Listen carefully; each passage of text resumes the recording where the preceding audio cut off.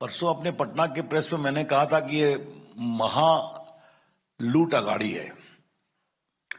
अब उसमें थोड़ा सा परिवर्तन किया कि महा वसूली अगाड़ी भी है। वसूली,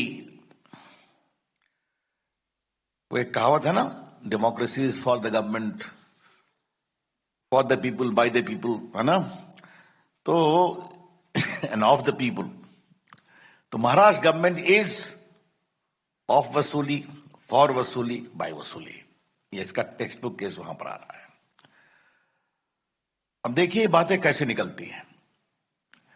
पहले क्या बात आई कि एक पुलिस ऑफिसर शक के घेरे में आया जिसका नाम है संजीव वाजे ना, सचिन वाजे, क्षमा करिए, आई स्टैंड करेक्टेड। दूसरी कहानी आई कि भारत के इतिहास में पहली बार हुआ कि एक पुलिस कमिश्नर, पूर्व पुलिस कमिश्नर ने लिखा कि होम मिनिस्टर साहब ने टारगेट फिक्स किया है मुंबई से 100 करोड़ रुपया पर महीने का। तो परसों हमने एक विषय उठाया था कि अगर महाराष्ट्र में मुंबई से सिर्फ एक मंत्री का टारगेट है वसूली का कोटा 100 करोड़, तो पूरे महाराष्ट्र का कितना है। और अगर एक मंत्री का कोटा है 100 करोड़ तो बाकी मंत्रियों का कुल मिलाकर कितना है। और यह भी सवाल उठाया गया था कि गृह मंत्री जी ये सिर्फ अपने लिए वसूली कर रहे थे, अपनी पार्टी के लिए या सरकार के लिए। इन तीनों का अभी तक कोई उत्तर नहीं आया। आज सुबह माननीय पूर्व मुख्यमंत्री देवेंद्र फडणवीस ने कुछ डॉक्यूमेंट के साथ बातें कही हैं जो आपने देखा होगा कि भ्रष्टाचार, ट्रांसफर पोस्टिंग के नाम पर भी वसूली चल रही थी। और वो छोटे मोटे ऑफिसर्स की भी नहीं, बड़े बड़े आईपीएस ऑफिसर्स की भी। और जो कमिश्नर सीआईडी थी एक रश्मि शुक्ला, उन्होंने पूरे मामले की तहकीकात की। उसमें बड़े रसूखदार लोग थे जिनके संबंध सत्ताधारी पार्टी के इर्द गिर्द थे और कुछ ब्रोकर्स थे। उनके पूरे डिजिटल कॉन्वर्सेशन भी लॉफुल तरीके से प्राप्त किए गए थे। और डीजीपी ने, सुबोध जायसवाल जी ने उसको भेजा एडिशनल चीफ सेक्रेटरी के पास, कृपया कर करके आप इसे मुख्यमंत्री के पास पहुंचाइए। यह कहानी 2020 की है। इतने बड़े महाराष्ट्र, ऐसे बड़े प्रदेश में आईपीएस और बड़े पुलिस पदाधिकारियों के ट्रांसफर पोस्टिंग में सीधा वसूली हो रही है। Extortion is being done.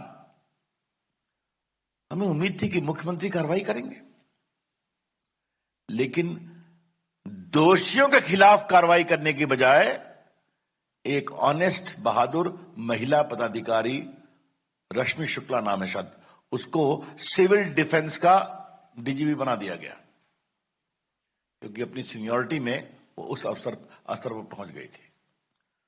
और जो बताया देवेंद्र जी ने 10 फीट बटा 10 फीट का उसका एक क्यूबिकल था। और ये दोनों ने महाराष्ट्र छोड़ दिया।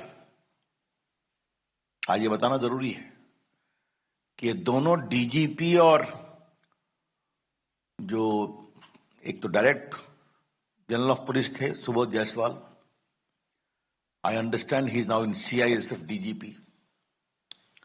और रश्मि शुक्ला इतना डिमोरलाइज्ड हुई कि वो सेंट्रल डेपुटेशन पे आई, शायद वो भी कहीं पर मुझे बताया गया है कि सीआरपीएफ या कहीं पर वो एडिशनल डीजीपी है।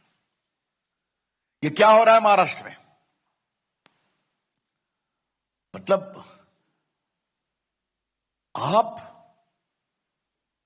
Director general of police, Maharashtra ऐसे बड़े sensitive state, Mumbai is the financial capital of India, वहां पर डीजीपी अपने एक इमीडिएट नंबर 2 जो कि पूरे सीआईडी की हेड है, उसकी इंक्वायरी रिपोर्ट भेज रहे हैं सीएम को, बताइए और कार्रवाई करवाइए।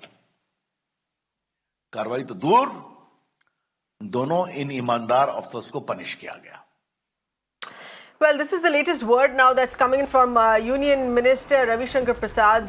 This is in direct reaction to the findings of what were just announced by the ATS on the Mansukh Hiren murder case, but also more importantly, raising the two issues that are now out in the public domain basis two letters. One, of course, is the extortion racket, and the other is the bribery for transfer case that has come up through Rashmi Shukla's letter here as well. Both of those being brought up by the BJP, and this is the central BJP now directly attacking the Maharashtra government and the Chief Minister, saying that they're shocked that the Chief Minister has been sitting silent on this, even now has not ordered an inquiry on those charges. With that, we're slipping into a breather, but please stay on with us. More news and updates in just a bit here.